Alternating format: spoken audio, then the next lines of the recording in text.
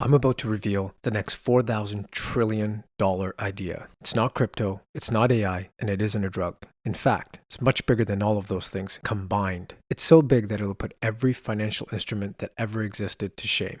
Let's get started. Earlier this year, I revealed how a small organization is quietly the biggest shareholder in 96% of American companies, and how they use their voting power to dictate corporate policy that puts billions into their pockets. If you missed that letter, I highly recommend reading it before today's issue. In this letter, I'll expose a much grander scheme of asset accumulation, a $4,000 trillion multilateral operation meant to financialize all of the world's natural resources, down to the last breath of fresh air. And no, 4,000 trillion isn't a typo. At first, this will sound like just another conspiracy, but don't let the unthinkable scale of this operation fool you into thinking this can't be true, because it's already happening. In fact, a special investment vehicle that lets Wall Street do this has already been greenlit.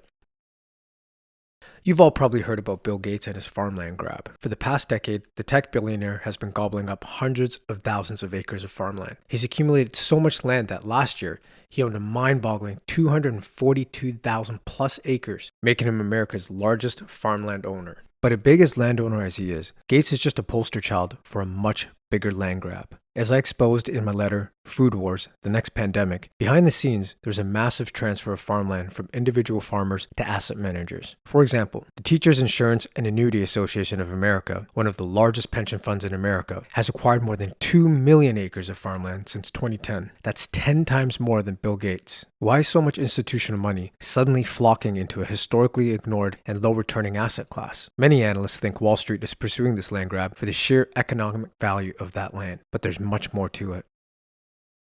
Let me ask you what seems like a simple question. How much is a piece of land worth? If you're a realtor, you would probably think through the property's economics, what structures you could build on it, and how you could farm or otherwise utilize it. Then you take that information to project cash flows and tally up a rough estimate. But the land's utilitarian value is just part of what it's actually worth to society. The land itself and its role in nature's ecosystem has intrinsic value too. For example, a plot in the forest may have vegetation that supplies fresh air and water. It may provide a home to wildlife, trap carbon, and carry out other services that underpin life. These natural processes are not factored into the land's sale price because they don't have a monetary value, nor has there been a legal framework to commercialize them until now. Last April, the NYSE and the Intrinsic Exchange Group introduced a new kind of securities and accounting standards designed to financialize these very natural processes. This asset class is called a natural asset company, otherwise known as Knack. And what it essentially do is allow landowners to IPO their properties with the natural resources that inherently come with them. Take a look. The owner will get capital to reinvest into that land or buy more, and investors, in return,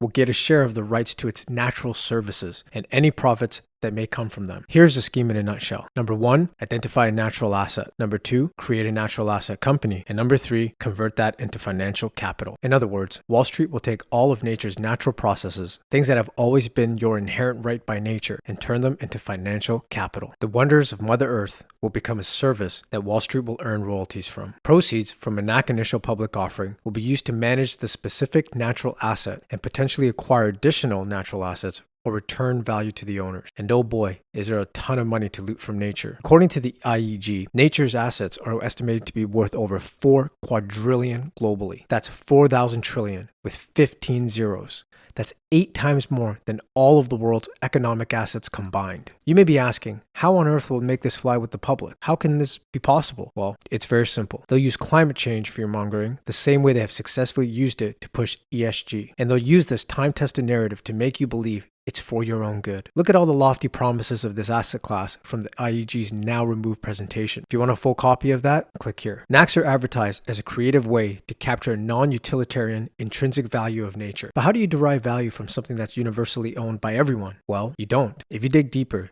the IEG's accounting principles for investors state profitability cash flows from natural assets as a main gauge of Knack valuations. This is obviously in direct conflict with nature's conservation. If you invest in nature's conservation, you won't be able to extract as much from it. Or if you do, you have to do it more sustainably, which means your margins will take a hit, and vice versa. If you seek to maximize cash flow from a piece of land, you'll have to extract as many resources from it as possible, and that will, obviously, come at the expense of conservation. Then again, I don't have all the answers to climate change and how it should be addressed, if at all. But I can bet my life on one thing. Whatever Wall Street is up to, they're definitely not doing it for the environment, nor are they doing it for the people. Their one and only motive is to make as much money as possible. And it should be your motive as well. It's always been that way. And all the sustainability efforts that Wall Street has pushed thus far haven't proved otherwise. Remember the ESG craze over the pandemic? Turns out it was just one big greenwashing campaign to attract capital for its investment banking clients. Take a look. And while these companies enjoy billions of extra dollars in capital, it's the people who have to pay for the consequences. I wrote about this and how it all started in our letter, The Green Economy is Gasping for Dirty Fuels. Will the Knacks be any different? Is Wall Street doing this out of sheer goodwill? You tell me. If you've been following this letter, you'll notice a strikingly obvious pattern. First, Wall Street quietly took over corporate America, that is, goods and services that we buy every day. Then they financialized housing with REITs and utilities that power them. And now they found their next feeding ground, Mother Nature. Soon enough, Wall Street will literally own everything that you depend on for life. Meanwhile,